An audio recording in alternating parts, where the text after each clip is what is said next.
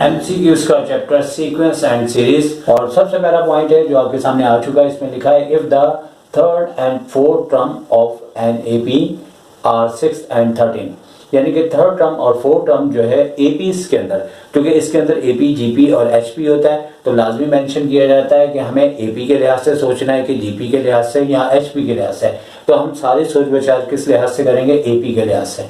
तो थर्ड आपकी जो टर्म है वो 6 है और फोर्थ टर्म जो है वो 13 है, और आपसे ये कहा जा रहा है कि आप बताएं कि 8 टर्म इस हिसाब से क्या होगी।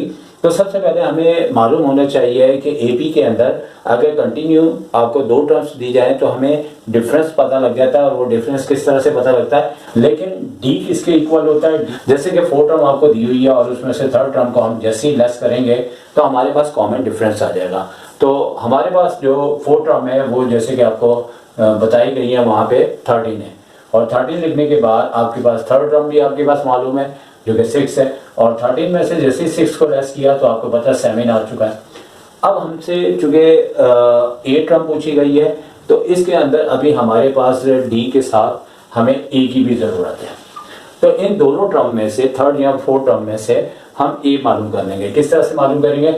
डी हमारे पास ये आ चुका हुआ है जिसे हम इधर हाईलाइट कर देते हैं, और अब अगर हम थर्ड टर्म लिखते हैं तो थर्ड टर्म का जैसे कि फॉर्मूला होगा a प्लस 2d, यानी कि थर्ड टर्म हो तो d एक नंबर कम होता है। तो थर्ड टर्म ऑलरेडी हमें 6 दी हुई है और a हमें मालूम करना है, जबकि d 7 आ चुका है। तो 7 को 2 से मल्टीप्लाई करते हैं तो 14 आता है, और 14 के बाद जैसे ही यहाँ पे शिफ्ट करेंगे तो माइनस में आ जाएगा। तो इस तरीके से माइनस का आपके पास 8 a की वैल्यू आ जाएगी।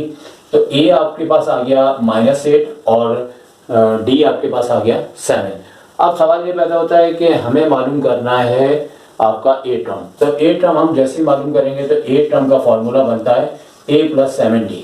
तो a जो है हमारे पास -8 है, और 7 के बाद जो d आ रहा है हमारे पास वो 7 आ चुका है। आपको पता है कि 7 7 का 49 होता है, और 8 जैसे ही लेस करेंगे तो हमारे पास 8 टर्म जो है वो 41 के इक्वल आ जाएगी। अब 8 टर्म तो वहाँ पे ऑलरेडी लिखा है, हमें सिर्फ और सिर्फ आंसर में 41 लिखना होगा।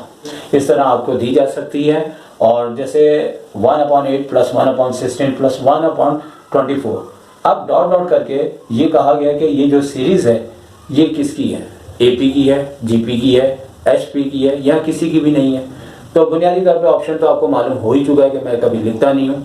अब सिलसिला ये है कि एक इस एमसीक्यूज का हम आंसर तो आपको बता ही देंगे, लेकिन उससे पहले आपने एक बात भी नोट करनी है जो अक्सर बच्चों को पता नहीं होता, और ये एमसीक्यूज के अंदर भी पॉइंट्स बन सकता है। आपको पता है कि एपी हो, जीपी हो, एचपी हो, तो अगर हर टर्म को कॉमा डाल के लिखा जाए तो वो या तो प्रोग्रेशन कहलाएगा या सीक्वेंस कहलाएगा। लेकिन अगर बीच में प्लस या माइनस की साइनें देते हुए देंगे तो फिर ये सीरीज कहलाएगा।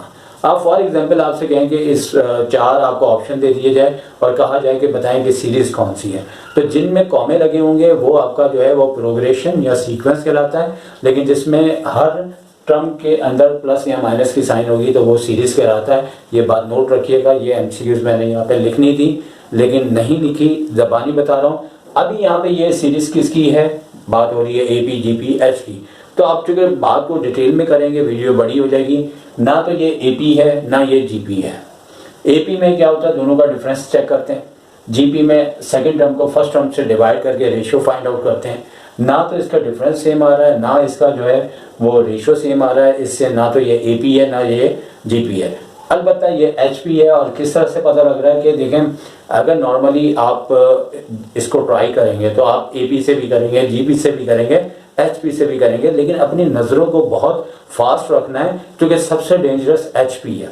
और एचपी जो है वो एपी का रेसिप्रोकल होता है, और एचपी हार्मोनिक प्रोग्रेशन अपनी बहुत डिटेल नहीं रखता। आपको एक्सरसाइज दी है, ना सम दिया है ना उसका सीक्वेंस बाकायदा आपको वादे तौर पे दिया है, क्योंकि वो रेसिप्रोकल होता है एपी का। तो फौरी तौर पे आपने ये चेक करना है, और सबसे पहले अगर बेहतर हो तो आप एचपी को ट्राई करें कि इसको उल्टा करते हुए देखें कि इसका डिफरेंस सेम आ रहा है, क्योंकि एचपी जो है वो रेसिप्रोकल है 1/AP का। अब जैसे ही मैं इस सीक्वेंस को उल्टा करता हूँ, यानी हर टर्म को मैं उल्टा कर लूंगा। 8/1 है, लिखने की जरूरत नहीं है।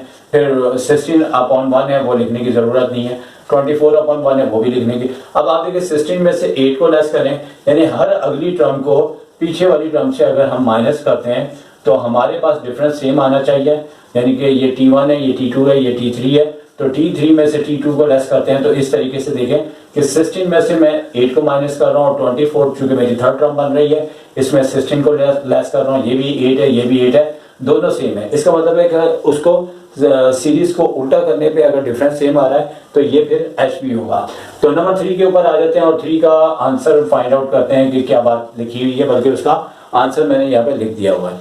कुछ चीज़ें ऐसी होती हैं कि बुक्स के अंदर से स्टडी करनी पड़ती है और उन्होंने कुछ ऐसे एक्सपेरिमेंट्स बताए होते हैं जिन्हें हमें याद रखना होता है। उन्हीं बात में से ये भी है कि उन्होंने कहा कि इफ़ AGH यानी कि कैपिटल है और arithmetic mean, geometric mean and harmonic mean इनको रिप्रेजेंट कर रहे हैं और between A and B respectively, then अब हमारे पास नीचे इसके मुख्तलिफ जो है आपको ऑप्शन दिए जाएंगे। उन ऑप्शन में से आपका जो करेक्ट ऑप्शन है वो ये होगा कि जिसमें G² is equal to AH, यानी कि कहने का मतलब है कि हमारा जो ज्योमेट्रिक मीन है वो A और H के दरमियान होगा। इसका एक ये प्रॉपर्टीज है जो बुक में लिखी हुई है, हर अच्छा स्टूडेंट इसको याद करके जाता है और ये पॉइंट अब तक का सबसे इंपॉर्टेंट पॉइंट है, साथ साथ बता भी रहा हूँ, इसको याद कर लीजिएगा, फायदा है। The sum of an sum infinite GP whose first term 4 and common ratio is 8, then sum of infinite is equals to dash। sum of infinite का जो हमारे पास फॉर्मूला होता है वो बुनियादी तौर पे sum of infinite का होता है A/1 माइनस R। तो हमें जो है आपको फर्स्ट टर्म भी दी है, तो फर्स्ट टर्म A होती है हमारे पास जो कि 4 दी हुई है, और 1 माइनस R कॉमन रेशियो होता है जो कि डायरेक्ट दिया हुआ है, 8 दिया हुआ है। तो 8 के बाद हम इसे सिर्फ सॉल्व करेंगे, तो सॉल्व करने के बाद देखें कि 4 ऊपर है तो नीचे क्या आ रहा है -7, तो इसका आंसर जो है 4 यानी माइनस ऊपर ले लेते हैं 4/7, ये हमारे पास इसका आंसर आ गया। यानी कि आप लोगों को फॉर्मूलाज बड़े अच्छे याद करने पड़ेंगे। तो आप नंबर 5 पॉइंट है जो कि पिछले साल में मॉडल पेपर में इन्होंने दिया था और इसके चांसेस हैं आने के। इसमें ये कहा जा रहा है कि हमें 1, x-1, 3 इन AP, तो इस टाइप का यहाँ पे भी वही प्रोसेस करना है कि AP में दिया जा रहा है तो आपका x की वैल्यू इस तरह से निकलेगी कि सेकेंड टर्म को फर्स्ट टर्म में और थर्ड टर्म में से सेकेंड टर्म को लेस करेंगे तो हमारा जो है वो डिफरेंस सेम आएगा।